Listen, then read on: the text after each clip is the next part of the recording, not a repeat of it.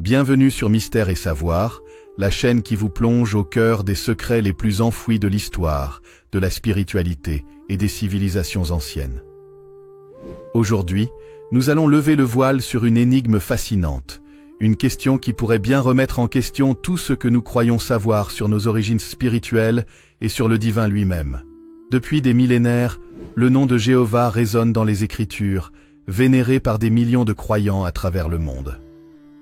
Pourtant, une question troublante persiste, enfouie sous des siècles de dogmes et de croyances solidifiées. Et si Jéhovah, le Dieu de la Bible, n'était en réalité qu'un reflet, une réinterprétation d'une divinité bien plus ancienne, oubliée des hommes mais gravée dans les tablettes mésopotamiennes?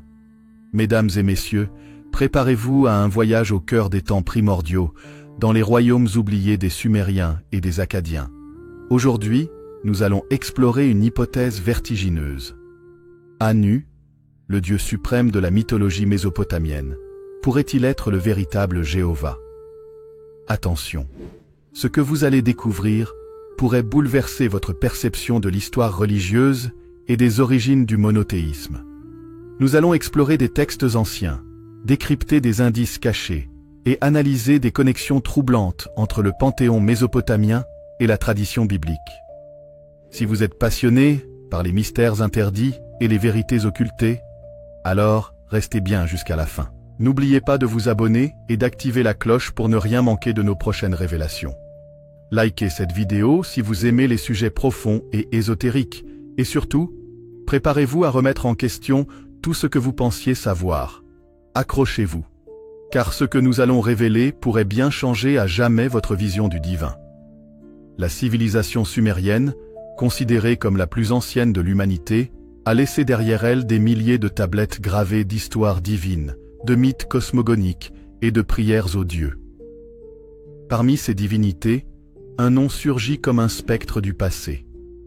Anu, le souverain du ciel, le père des dieux et le créateur du cosmos.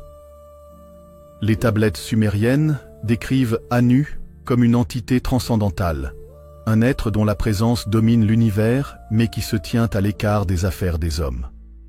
À la différence des dieux inférieurs, il ne descend pas sur terre, mais siège au sommet du Duku, la montagne céleste, surveillant son royaume.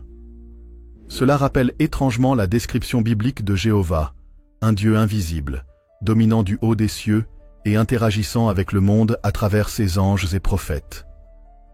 Mais qui était réellement Anu? Était-il simplement un vestige de la mythologie ancienne, ou existe-t-il une connexion plus profonde entre lui et le Dieu de la Bible? Dans les textes sumériens et akkadiens, Anu est décrit comme le père des dieux Enlil, Enki et Inanna. Il est le fondateur du panthéon mésopotamien, l'architecte du cosmos et l'instigateur des lois célestes. Cette figure d'un créateur suprême résonne avec l'image du Dieu de l'Ancien Testament, qui engendre des archanges et des esprits célestes pour gouverner l'univers. Dans le récit biblique, Jéhovah est souvent perçu comme un Dieu distant, donnant des ordres et confiant la gestion du monde à des entités intermédiaires telles que les anges et les prophètes. Un parallèle frappant peut être fait avec Anu, qui délègue le pouvoir à Enlil, le dieu de l'autorité, et à Enki, le dieu du savoir et des mystères. Ces similitudes ne sont-elles que des coïncidences? Ou bien assistons-nous à une transmission de concepts divins, où Anu aurait été remodelé à travers les âges pour devenir le dieu biblique? L'un des aspects les plus intrigants de cette enquête est la signification des noms divins. Anu signifie littéralement « ciel » ou « celui qui est au-dessus », une définition qui rappelle la nature transcendante de Jéhovah. Dans l'Ancien Testament, Jéhovah se présente comme « Ehyeh Asher Ehyeh », « Je suis celui qui suis », lorsqu'il parle à Moïse. Ce nom évoque une entité éternelle, un concept qui pourrait bien avoir été inspiré par la figure antique d'Anu, perçue comme l'essence même du cosmos. Plus troublant encore, certains linguistes ont noté que le nom « El », utilisé pour désigner Dieu dans la tradition hébraïque, pourrait avoir des racines communes avec les divinités mésopotamiennes. Elle était également le nom du Dieu suprême chez les Cananéens, une culture fortement influencée par la Mésopotamie. Le passage d'Anu à El, puis à WH, serait-il une simple évolution linguistique, ou une réinterprétation consciente du même Dieu à travers différentes civilisations. L'un des éléments les plus frappants reliant Anu et Jéhovah est l'histoire du déluge. Dans l'épopée de Gilgamesh, l'un des textes les plus anciens jamais retrouvés, on découvre le récit d'un grand cataclysme envoyé par les dieux pour détruire l'humanité corrompue. Ce récit ressemble étrangement à celui de Noé et de l'arche dans la Bible. Or, dans la version mésopotamienne, c'est Enlil qui ordonne le déluge, mais c'est Enki, le fils d'Anu, qui sauve un humain, Utanapishtim, en lui donnant les instructions pour construire une arche. Cette dynamique reflète une hiérarchie similaire à celle de l'Ancien Testament, où Dieu ordonne le déluge, mais où Noé reçoit un message salvateur de sa part. Si nous revenons aux origines, qui a réellement donné l'ordre du déluge? Dans les mythes les plus anciens, c'est Anu lui-même qui initie le processus de purification du monde. Ce détail soulève une question majeure. Le Jéhovah biblique est-il une version transformée d'Anu, ayant conservé les mêmes actes divins sous un nouveau nom? Un autre point crucial de notre enquête se situe à Uruk, l'une des plus grandes cités sumériennes et la ville natale de Gilgamesh. Uruk était consacré à Anu, et c'est ici que les premiers temples dédiés à un dieu unique ont vu le jour. L'Ancien Testament nous parle d'Abraham qui vient d'Ur, une cité sumérienne voisine d'Uruk. Les chercheurs s'interrogent, et si les ancêtres des Hébreux avaient initialement vénéré Anu avant de remodeler leur foi autour d'un dieu unique, nommé plus tard Jéhovah? L'exode spirituel d'Abraham, quittant la Mésopotamie pour fonder une nouvelle lignée de croyants, pourrait-il être le symbole d'une transition religieuse où Anu fut transformé en un dieu monothéiste? Au fil du temps, Anu disparaît progressivement des textes mésopotamiens. Son culte est éclipsé par celui d'Enlil et d'autres divinités plus accessibles au peuple. Mais sa mémoire semble avoir survécu sous une autre forme. Lorsque le judaïsme s'impose comme une religion monothéiste, Jéhovah devient l'unique Dieu, effaçant toute trace d'autres divinités concurrentes. Ce phénomène s'observe dans de nombreuses cultures. Les dieux anciens sont souvent remodelés ou absorbés par les nouvelles croyances dominantes. Ainsi, Anu aurait-il été consciemment dissimulé sous les traits de Jéhovah pour asseoir le monothéisme hébraïque? Nous venons de parcourir les origines mystérieuses d'Anu, sa puissance cosmique et les similitudes frappantes avec le Dieu biblique. Mais ce n'est que le début de notre voyage. L'Ancien Testament est un texte profondément complexe, écrit et réécrit au fil des siècles. Mais si l'on sait où chercher, on découvre des fragments surprenants qui pourraient bien indiquer que Jéhovah, le Dieu d'Israël, ne serait qu'une version adaptée d'une divinité beaucoup plus ancienne. Par exemple, dans Genèse 1:26, nous trouvons une phrase énigmatique. « Faisons l'homme à notre image, selon notre ressemblance. » Qui est ce « nous » ? La tradition monothéiste tente d'expliquer cette anomalie en évoquant la Trinité ou une majesté plurielle. Mais une autre lecture, bien plus ancienne, pourrait être la clé. Et si ce verset conservait une trace de l'ancien panthéon mésopotamien, où Anu et ses fils, Enlil et Enki, créaient l'humanité ensemble? Dans les tablettes sumériennes, le récit de la création de l'homme est clair. Ce sont les dieux Anuna, sous la direction d'Enki, qui ont façonné l'être humain. Anu, en tant que Père céleste, approuve cette création depuis les cieux. Le « nous » de la Genèse ne serait-il donc pas une relique d'un passé polythéiste, soigneusement dissimulé dans le texte biblique? Un autre détail intrigant se trouve dans le nom même de Dieu dans l'Ancien Testament. Dans les textes originaux en hébreu, Dieu est souvent appelé Elohim. Or, ce mot est un pluriel, la forme singulière étant Eloah. Pourquoi un texte supposément monothéiste utiliserait-il un pluriel pour désigner Dieu? Certains spécialistes avancent que ce terme pourrait être un vestige des anciennes croyances mésopotamiennes où plusieurs dieux régnaient ensemble, avec Anu au sommet. Dans cette hypothèse, le nom Elohim aurait progressivement évolué pour désigner un seul Dieu, mais en conservant cette marque du passé polythéiste. Plus encore, dans l'Exode 6:3, Dieu dit à Moïse « Je suis apparu à Abraham, à Isaac et à Jacob comme El Shaddai, mais je n'ai pas été connu d'eux sous mon nom, One-H-W-H. » Cela signifie que le nom de Dieu a changé au fil du temps, ce qui laisse supposer une adaptation progressive des croyances. Si le Dieu vénéré par Abraham n'était pas encore appelé YHWH, alors qui était-il à l'origine? Et si c'était Anu, connu sous un autre nom? Dans les mythes mésopotamiens, Anu ne descend jamais sur terre. Il délègue le pouvoir à Enlil, son fils, qui devient le Dieu de l'ordre et de la loi. Dans l'Ancien Testament, Jéhovah partage des similitudes frappantes avec Enlil, un Dieu colérique et guerrier. Enlil est souvent décrit comme un Dieu sévère, impitoyable et exigeant. Il déclenche le déluge pour punir l'humanité.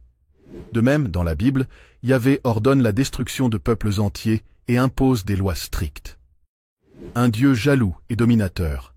Enlil ne tolère pas que les humains se rebellent contre l'ordre divin. De même, Yahvé se présente comme un Dieu jaloux, interdisant à son peuple d'adorer d'autres divinités. Un Dieu législateur. Enlil impose des lois aux hommes, tout comme Yahvé dicte les tables de la loi à Moïse. Ces similitudes suggèrent que le personnage de Yahvé pourrait être inspiré d'Enlil, tandis que Anu resterait en arrière-plan, comme le Dieu suprême invisible, un rôle qui correspond aussi au Père céleste du judaïsme et du christianisme. Si Yahvé est en réalité une version d'Enlil, alors où est passé Anu dans la tradition biblique? Dans certaines visions prophétiques, comme celle d'Ézéchiel et d'Isaïe, Dieu est décrit comme un être lumineux, assis sur un trône céleste, entouré de créatures ailées. Cette description correspond parfaitement à Anu, qui est souvent représenté dans les textes mésopotamiens comme un dieu trônant dans le ciel, entouré d'êtres divins, les Anunnaki. De plus, dans certains psaumes et passages bibliques, Yahvé est décrit comme résidant au-dessus des cieux, dans une demeure inaccessible aux hommes, ce qui rappelle le rôle d'Anu dans la mythologie sumérienne. Un autre indice se trouve dans la structure du temple de Salomon, qui rappelle étonnamment l'architecture des anciens temples mésopotamiens. Dans les ziggurats sumériens, la partie la plus sacrée du temple était appelée l'Ékur, une zone interdite où seul le grand prêtre pouvait entrer, car c'était le lieu de résidence du Dieu. Dans le temple de Salomon, nous retrouvons un concept similaire avec le Saint des Saints, l'endroit où réside l'Arche d'Alliance, et où seule une personne par an, le grand prêtre, peut pénétrer. Cette ressemblance n'est-elle qu'un hasard? Ou bien prouve-t-elle que les Hébreux ont hérité de traditions religieuses mésopotamiennes, avec Anu en tant que Dieu suprême caché derrière l'image de Yahvé? Au fil du temps, la théologie juive puis chrétienne a cherché à effacer toute trace de polythéisme pour imposer un monothéisme absolu. Cela expliquerait pourquoi le nom d'Anu a été supprimé et remplacé par Yahvé. L'origine mésopotamienne du monothéisme a été occultée. Les textes évoquant plusieurs dieux ont été réinterprétés ou modifiés. Ce phénomène s'observe aussi dans d'autres religions. Par exemple, le christianisme a absorbé de nombreux éléments païens tout en affirmant être une révélation unique. L'idée qu'Anu soit le véritable Dieu primordial aurait-elle été volontairement cachée? Les plus anciennes mentions d'Anu remontent aux tablettes cunéiformes découvertes en Mésopotamie, datant de plus de 5000 ans. Ces inscriptions, retrouvées à Uruk, la cité dédiée à Anu, le décrivent comme le roi du ciel, le père des dieux et l'architecte du destin. Il est souvent représenté par un symbole en forme d'étoile à 8 branches, signe de son autorité divine.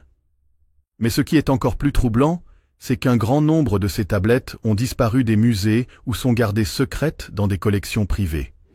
Pourquoi tant de mystères autour de ces artefacts? Des chercheurs indépendants affirment que certaines de ces inscriptions contiendraient des passages troublants sur la nature d'Anu, qui pourraient bien remettre en question l'histoire des religions modernes. Un autre indice fascinant réside dans les découvertes archéologiques faites sous l'ancien temple de Jérusalem.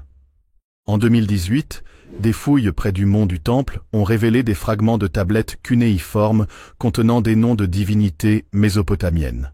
Parmi ces noms, Anu, Enlil et Enki. Que faisaient ces inscriptions sumériennes sous le temple le plus sacré du judaïsme? Certaines théories suggèrent que les premiers Israélites, avant d'établir un strict monothéisme, auraient vénéré un panthéon similaire à celui des Mésopotamiens. Ce ne serait qu'après plusieurs siècles que Yahvé aurait été imposé comme le seul et unique Dieu, effaçant toute trace de son origine ancestrale. Une autre source troublante provient des manuscrits de Nag Hammadi, découverts en Égypte en 1945. Ces textes gnostiques, rejetés par l'Église officielle, présentent une vision totalement différente de Dieu. Dans certains passages, le Dieu de l'Ancien Testament est décrit comme un démiurge, une entité inférieure qui se fait passer pour le Dieu suprême.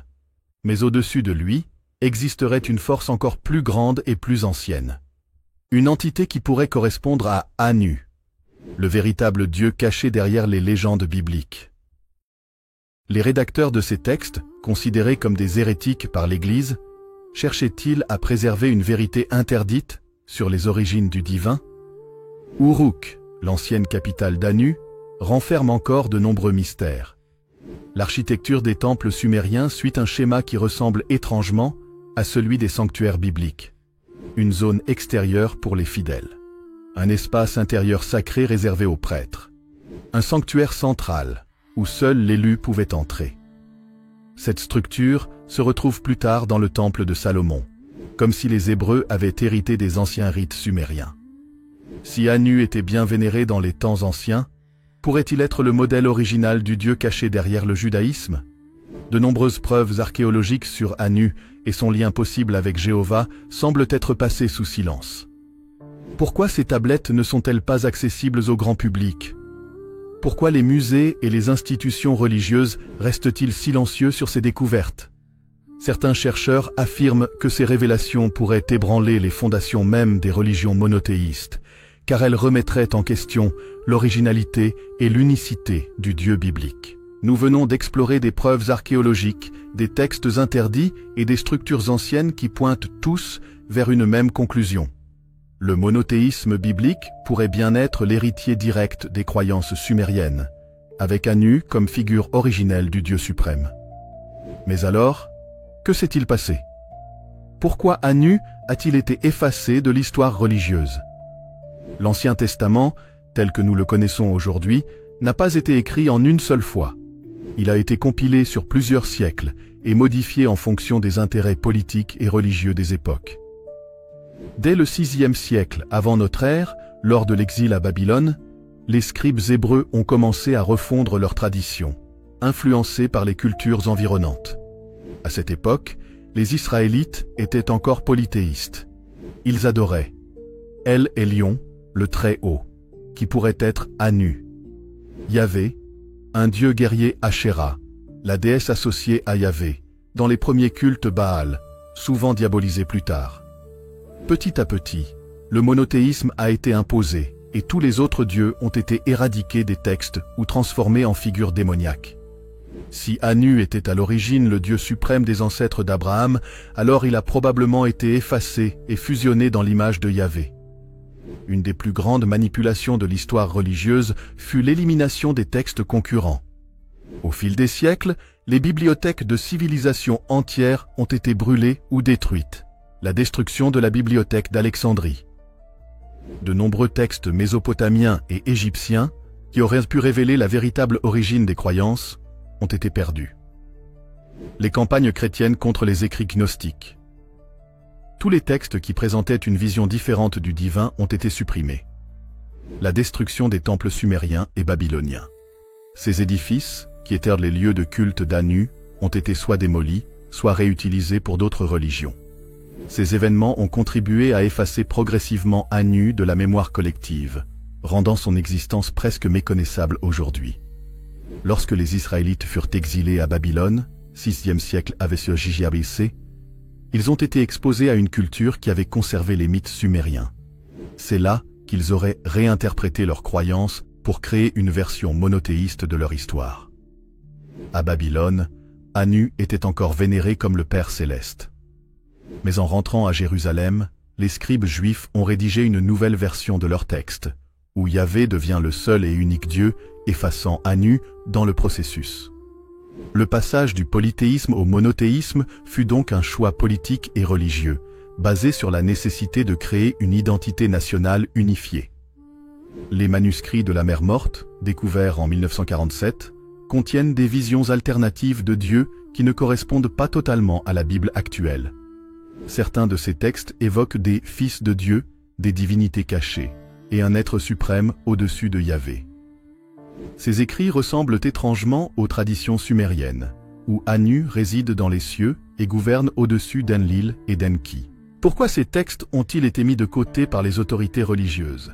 Est-ce parce qu'ils révèlent une histoire alternative que certains préfèrent garder secrète? Lorsque le christianisme est devenu la religion dominante, l'Église a systématiquement effacé toutes les traces des croyances polythéistes.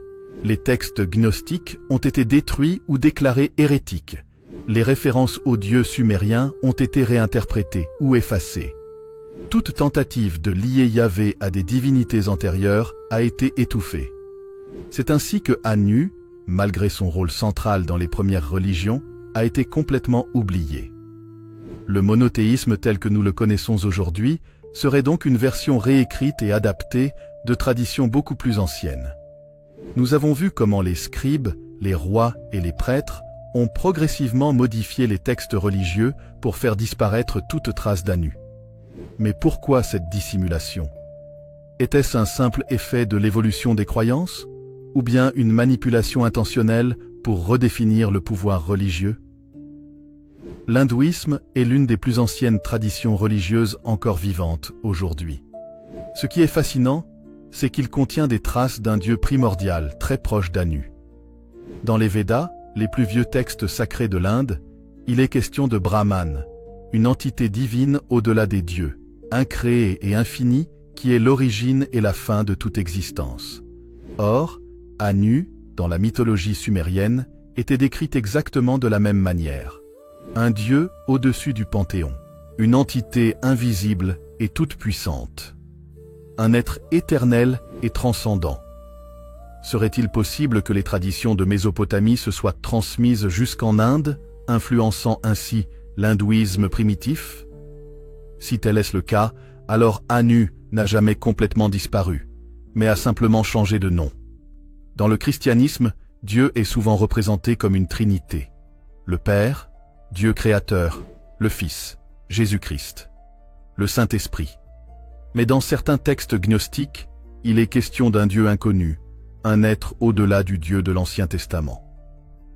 Dans l'évangile apocryphe de Jean, par exemple, il est dit qu'au-dessus du Dieu créateur, Yahvé, il existe une entité supérieure, cachée et invisible.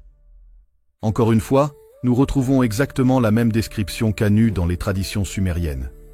Si ces textes avaient été acceptés par l'Église, ils auraient changé toute l'histoire du christianisme, car ils auraient révélé qu'il existait un Dieu plus ancien que Yahvé, ce qui est exactement la théorie que nous explorons ici. Dans l'islam, Allah est décrit comme étant au-delà de toute compréhension humaine. Il est appelé Al-Batin, ce qui signifie « le caché », et Al-Awwal, c'est-à-dire le premier. Cela rappelle encore une fois la description d'Anu, qui était l'origine de toute chose dans la mythologie sumérienne. D'ailleurs, l'un des noms d'Allah est Al-Ali, qui signifie « le Très-Haut ». Ce qui est troublant, car El Elyon, un des noms donnés à Dieu dans l'Ancien Testament, est justement une possible référence à Anu. Serait-il possible que l'image d'Anu ait survécu sous la forme d'Allah dans l'islam? Si tel est le cas, cela signifierait que l'héritage du dieu sumérien s'est propagé à travers plusieurs cultures monothéistes, influençant des milliards de croyants à travers l'histoire, sans qu'ils le sachent. En dehors des grandes religions, certaines traditions ésotériques et sociétés secrètes semblent avoir préservé des fragments de la connaissance sur Anu. On retrouve notamment son influence dans la Kabbale juive, qui parle d'un Dieu caché au-delà de toute forme, l'hermétisme, qui mentionne un primordial qui régit l'univers, les enseignements des Templiers et des francs-maçons, qui évoquent parfois une entité primordiale et oubliée. Certains symboles utilisés dans ces sociétés ressemblent étrangement à l'étoile à 8 branches d'Anu, qui était son emblème en Mésopotamie. Se pourrait-il que ces sociétés secrètes aient conservé des fragments interdits de l'histoire? Malgré toutes ces correspondances troublantes, Anu est pratiquement inconnu du grand public. Pourquoi son nom n'apparaît-il pas dans les enseignements religieux modernes? Certaines théories suggèrent que les religions dominantes ont volontairement effacé son existence pour imposer une version simplifiée du divin. Si l'on reconnaît qu'Anu est l'origine des dieux bibliques, alors cela remettrait en cause le fondement même du monothéisme et poserait une question explosive. Le Dieu que nous prions aujourd'hui est-il vraiment le Dieu originel, ou bien une version adaptée pour servir les intérêts des dirigeants religieux et politiques? Nous avons exploré comment Anu pourrait avoir influencé les grandes traditions religieuses du monde. Dans l'hindouisme, il pourrait être lié à Brahman, l'entité divine primordiale. Dans le christianisme, il pourrait être le Dieu inconnu des gnostiques. Dans l'islam, il pourrait être l'origine cachée décrite par les noms d'Allah. Dans l'ésotérisme, il semble avoir été préservé dans certaines sociétés secrètes. Si toutes ces connexions sont exactes, alors Anu n'a jamais disparu, mais a simplement été réinterprété sous différentes formes à travers les âges. La première question qui se pose, c'est pourquoi une telle vérité a-t-elle été effacée de l'histoire? Pourquoi les anciennes traditions ont-elles été manipulées au point de masquer l'existence d'un Dieu primordial, comme Anu? Il existe plusieurs hypothèses. L'une des raisons majeures pour laquelle la figure d'Anu a disparu réside dans le contrôle religieux. Les religions monothéistes ont progressivement compris que l'unité divine était le moyen le plus puissant de renforcer le pouvoir d'une nation ou d'un groupe. En éliminant les anciennes croyances polythéistes et en établissant un seul Dieu suprême, elles ont créé une base solide pour des sociétés unifiées et centralisées. Si Anu, un Dieu ancien et universel, avait continué à exister dans les récits religieux, cela aurait pu créer une divergence dans les conceptions du divin et fragiliser cette unité. La manipulation des textes aurait ainsi permis aux élites religieuses et politiques de contrôler les masses en imposant une version réécrite du divin. Le passage du polythéisme au monothéisme a été un processus complexe et conflictuel, souvent accompagné de violence et de destruction. La nécessité de préserver un unique Dieu a conduit à l'élimination de toute mention d'autres divinités. En effet, dans de nombreuses civilisations antiques, Anu était l'un des derniers dieux à incarner la vision d'une divinité suprême, sans rival. Cela a facilité l'émergence d'un monothéisme centralisé, où une seule figure divine, comme Yahvé ou Allah, pouvait gouverner sans contestation. Les autorités religieuses avaient également intérêt à supprimer toute référence à des cultes concurrents. Le divin primordial d'Anu aurait potentiellement contesté l'autorité divine des rois et des prêtres, dont le pouvoir dépendait en grande partie de leur relation avec le Dieu unique. Les rois d'Israël, comme David et Salomon, cherchaient à affirmer leur autorité en se rapprochant de Yahvé, sans rivalité d'autres figures divines. En effaçant les anciennes croyances, ils assuraient leur domination sur le peuple en dictant une seule vision de Dieu et en contrôlant les rites religieux. Si la vérité sur Anu était révélée aujourd'hui, cela aurait un impact considérable sur les croyances modernes, tant religieuses que philosophiques. Voici quelques-unes des conséquences possibles.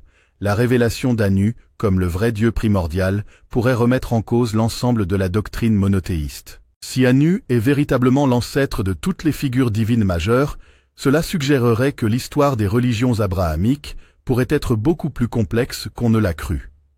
La question qui se poserait alors serait: est-ce que notre Dieu actuel est vraiment unique ou est-il un héritage d'un panthéon ancien? Un tel débat pourrait créer une véritable révolution théologique et remettre en question l'idée de l'unique Dieu qui domine tant les religions monothéistes.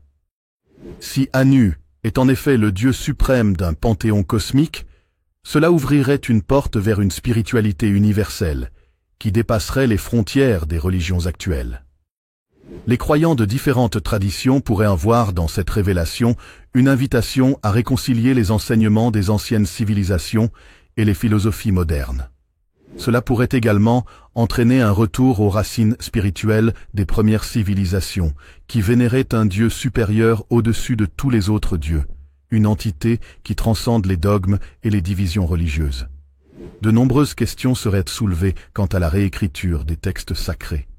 Les anciennes civilisations qui ont suivi Anu, comme les Babyloniens, les Assyriens et les Sumériens, pourraient voir leur contribution réhabilitée, et les textes anciens, aujourd'hui rejetés, pourraient être réintégrés dans la compréhension moderne du divin. Les manuscrits gnostiques et les textes apocryphes deviendraient des sources précieuses pour comprendre comment Anu a été transformé en Yahvé, puis en Allah. Nous avons exploré les raisons pour lesquelles Anu a été effacé de l'histoire et ce que la révélation de cette vérité pourrait signifier pour nos croyances modernes. Le retour à une vision plus complexe et plus ancienne du divin pourrait bien ouvrir une nouvelle ère pour la spiritualité mondiale, où les anciennes traditions seraient réintégrées dans une compréhension unifiée du divin. Il est possible que l'avenir de la religion humaine réside dans la réconciliation des anciennes traditions et des découvertes modernes, permettant à chacun de retrouver une connexion plus profonde avec l'origine véritable du divin. Et voilà, nous avons terminé cette exploration fascinante et mystérieuse du Dieu primordial Anu et de son impact potentiel sur les grandes religions monothéistes que nous connaissons aujourd'hui. Ce voyage à travers l'histoire ancienne et les croyances profondes nous a permis de découvrir des connexions inattendues et des secrets bien enfouis. Si vous êtes arrivé jusqu'ici, je tiens à vous remercier sincèrement pour avoir pris le temps de suivre cette enquête. Votre curiosité et votre intérêt pour ces mystères cachés nous rappellent qu'il y a toujours des vérités profondes à découvrir, même dans les récits les plus anciens. Je vous encourage à continuer cette quête de savoir, à toujours remettre en question ce que vous croyez savoir et à ne jamais cesser d'explorer les mystères du monde. Chaque petite découverte peut nous mener à une compréhension plus vaste et plus riche du monde spirituel qui nous entoure. Si cette vidéo vous a captivé, n'oubliez pas de vous abonner à la chaîne Mystère et Savoir, de liker cette vidéo et de partager vos réflexions dans les commentaires. Votre soutien est essentiel pour continuer à partager avec vous des histoires fascinantes et des découvertes surprenantes. Encore une fois, merci à vous de faire partie de cette belle communauté de passionnés. Prenez soin de vous. Et n'oubliez jamais que la vérité est là, juste sous la surface. À très bientôt pour d'autres révélations et mystères à élucider.